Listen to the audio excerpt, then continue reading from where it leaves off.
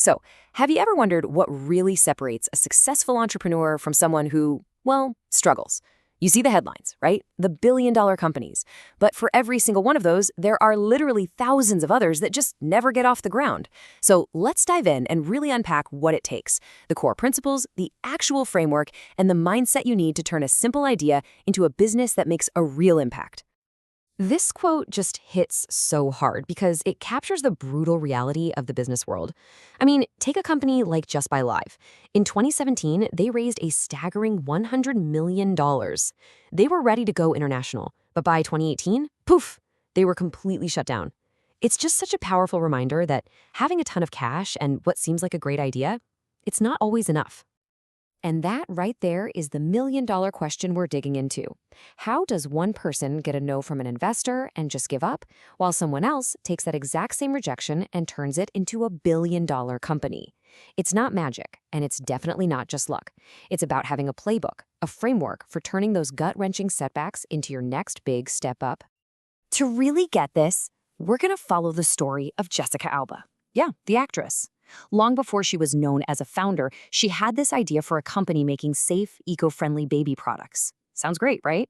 Well, when she first pitched it back in 2009, she got rejected, flat out. The investor said no. Now, for a lot of people, that would have been it. Game over. But for her, it was just the beginning. This slide gets to the very heart of what was driving her. Her idea wasn't just some random shower thought. It was born from a really powerful personal vision. She imagined a future where parents didn't have to stress about the chemicals and the stuff they were buying. This vision, this dream of what could be, that was the fuel that kept her going way before she even had a business plan. I love this quote because it just brilliantly explains what a great vision does. It's not about what the market wants right now. It's about seeing where the world is headed. I mean, Bill Gates envisioned a computer in every single home back when they were the size of a room. Elon Musk sees humanity on Mars. A powerful vision sets your direction for decades to come. Okay, so it's absolutely crucial to get the difference here because people mix them up all the time. If the vision is the destination, way out there on the horizon, the dream, then the mission is the map you're using to get there. It's the practical here and now plan.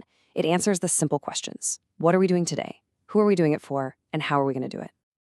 Just look at these examples. Netflix started out mailing DVDs, remember that? But their vision was always about streaming, long before the internet could even handle it. That long-term dream guided every single decision they made.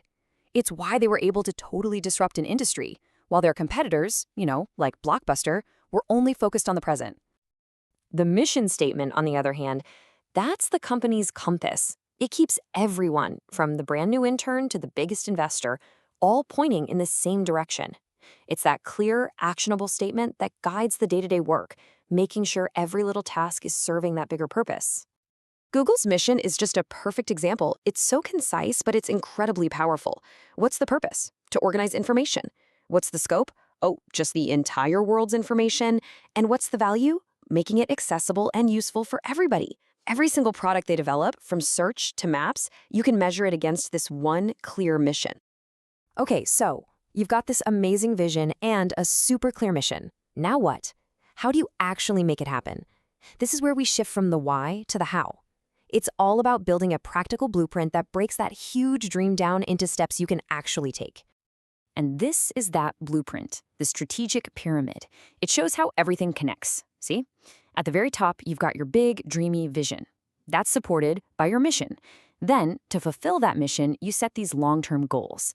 To hit those goals, you create specific, measurable objectives. And finally, you develop the day-to-day strategies to meet those objectives. Each layer supports the one above it.